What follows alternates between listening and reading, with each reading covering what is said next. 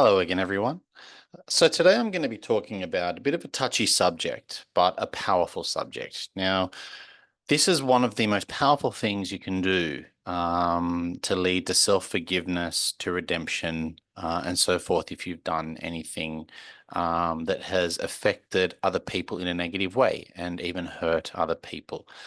So, if you have done something that you regret, that you feel guilty about to someone else, and you want to make amends and you want to redeem yourself from what you've done, then this video is for you.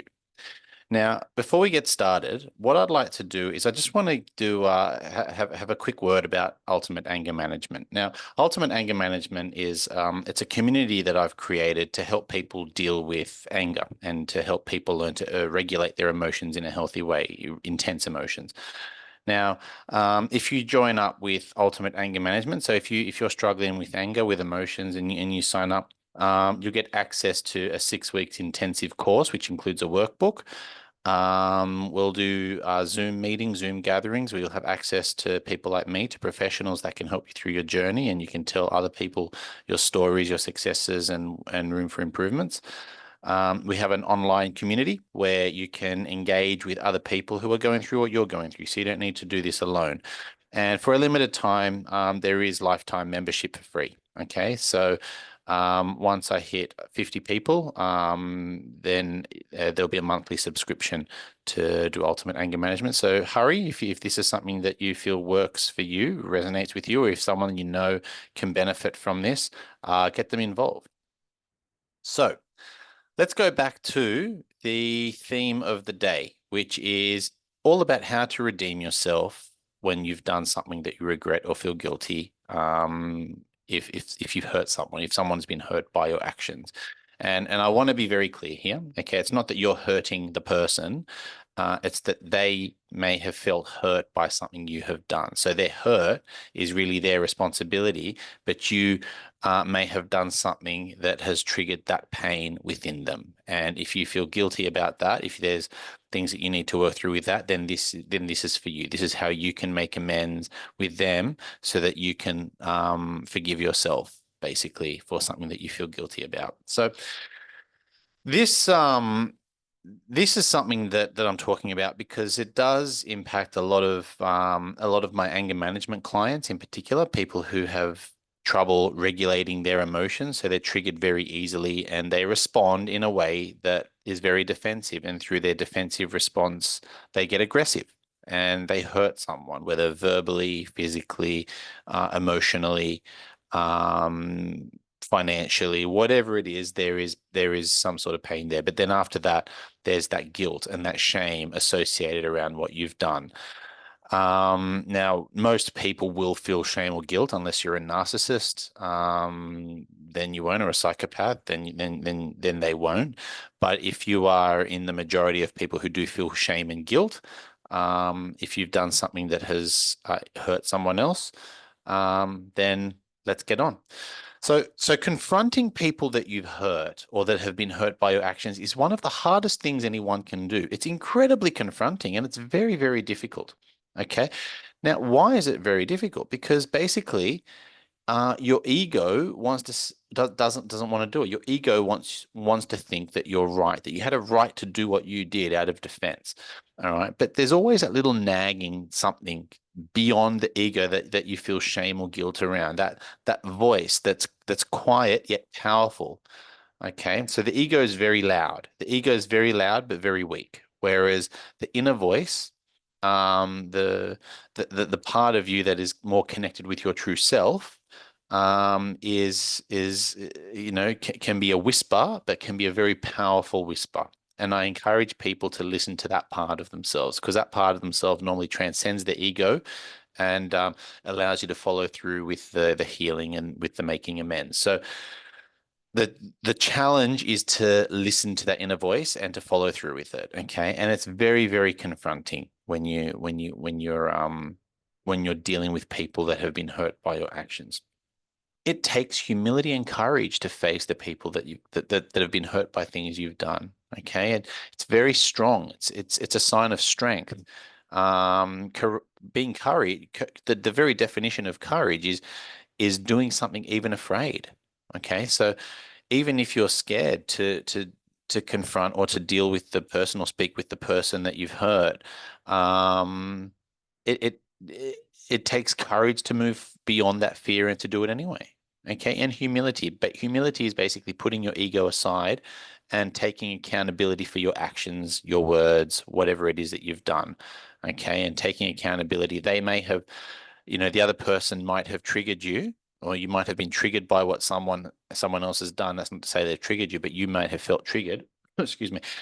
But your reaction is completely on you.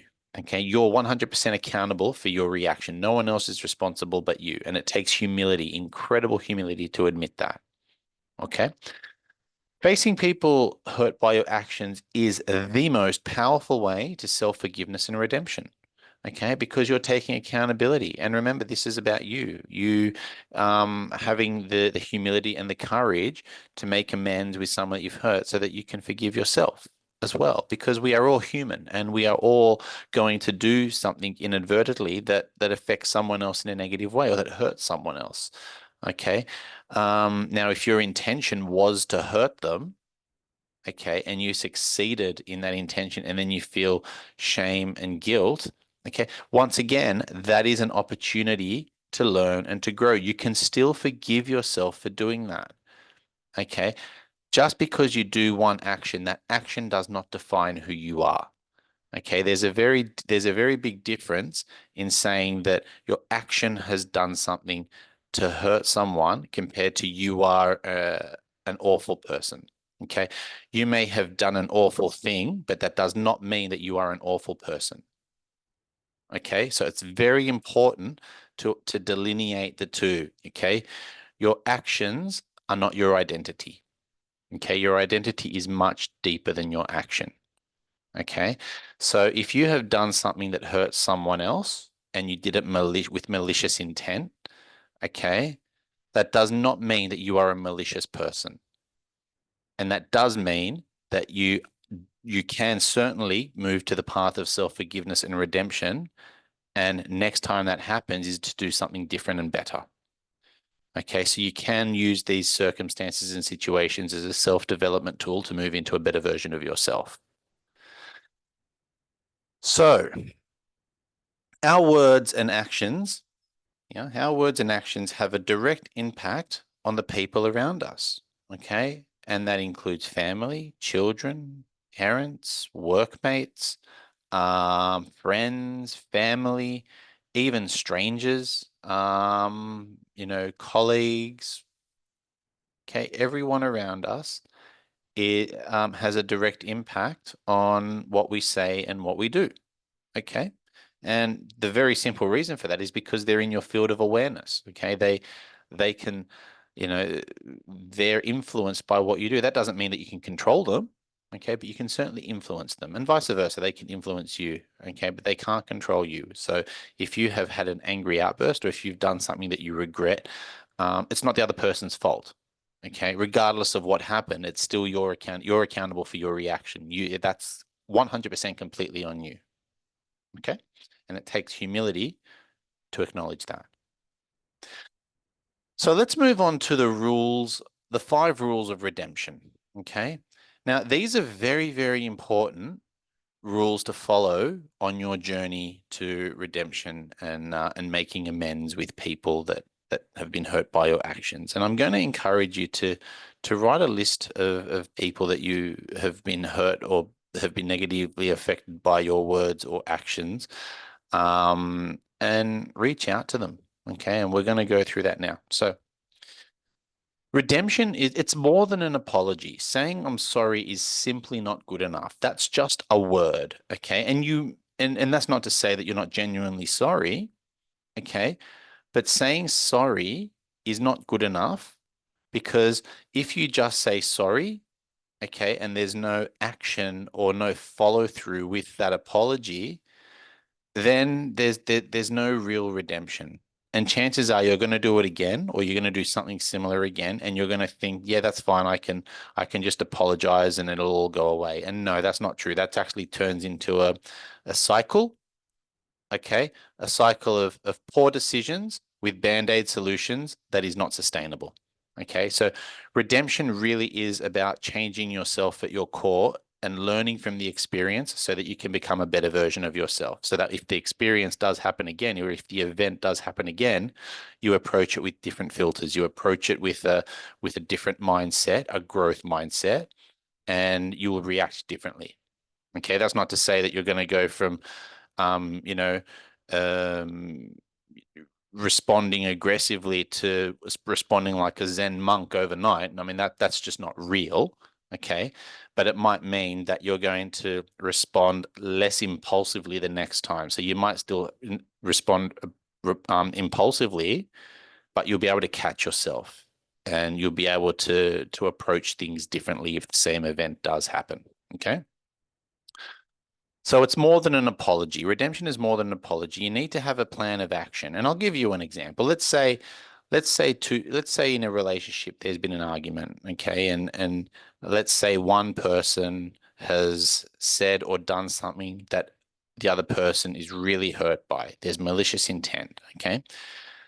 Now, um, redemption would be it's not just about saying sorry and a box of chocolates or flowers. That's nice, but that's not good enough. Okay. It's going above and beyond. Okay. It's taking the next step. It's really reflecting on what happened and sitting down with a person, by all means, give them the flowers and the apology. It's not to say that it's not good. Okay. I'm saying that's good, but it's just not good enough. Okay. There's more that needs to be done beyond that. Okay, but certainly include that because that is still an important part of the redemption. Okay. But what you do is, for example, you would have an action plan and you would work within yourself. Okay, this is what happened. This is how I responded.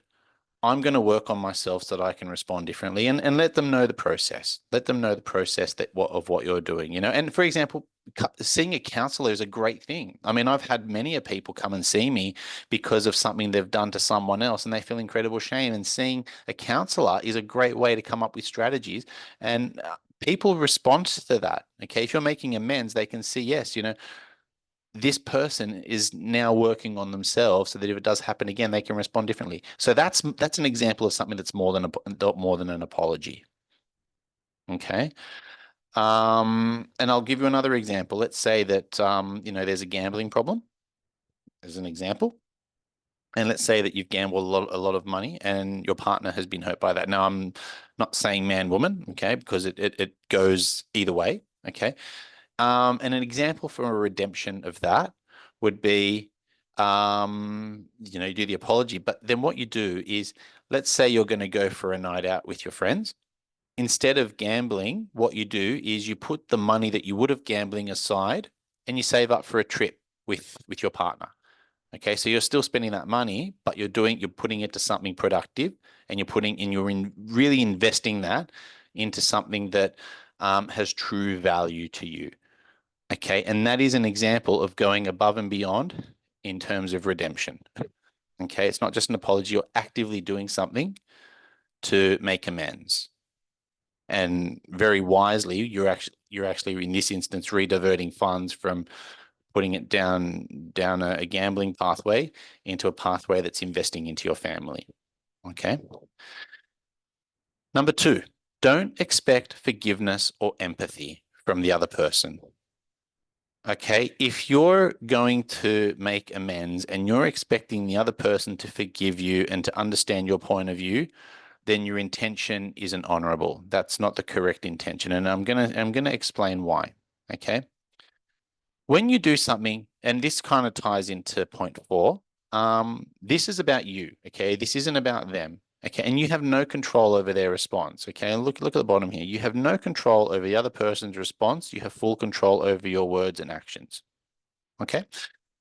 So that includes this. That includes expecting forgiveness and empathy. When you do something, this should be really about you genuinely wanting to make amends, to redeem yourself over something that you've done. This isn't about trying to get forgiveness or empathy from them. This is about you going the extra mile so that you can forgive yourself and you feel that sense of redemption within yourself, regardless of how the other person responds. Okay. So, and that being said, what generally does happen is when the other person does see that you are genuinely trying to make an effort, and you would not trying, but you are genuinely making an effort, because you can try till the cows come home, but that doesn't mean anything. You need to really commit to making to doing this. They will generally see what you're doing, and their guard will slowly start to come down, but it's on you. Okay. Don't expect that they will forgive you or have empathy towards your point of view. Okay. And they don't have to. And they don't have to. Okay. So get rid of any expectations when you're trying to make redemption. Okay. Do this for you. Do this for the right reasons within you. Number three, ideally you want to meet the person. Texting, nah, big no. Don't text it. Okay. Texting is cowardly. It is hugely, hugely cowardly. At the very least, try and call them, leave a voicemail. Okay. But ideally meet them in person. Okay. Don't hide behind a text message. Okay. So much is lost in translation with just text messaging. So you want to meet them in person. Ideally, when you meet them in person, it has two things. First of all, you're actually really coming out of your comfort zone, which is what you want. You want to come out of your comfort zone because that's where your ego starts to go away and you can really genuinely show them that you're trying to make amends. Okay. There's a lot more communicative interaction when it's in person. And two, um, you can clearly communicate the message. Things are less lost in translation when you are in person than when you're talking or when you're texting. Definitely when you're texting. Okay. At least when you're talking, you can hear the other person's voice. You can get an idea of the empathy in their voice or the sincerity in their voice. But when you're talking in person, it's more than that. You can get the feel of them. You can see their facial expression. You can feel their vibe, their energy, and you can see the sincerity in their body language and so forth. There's a lot more communication that happens in person. Okay, so ideally you want to meet them in person.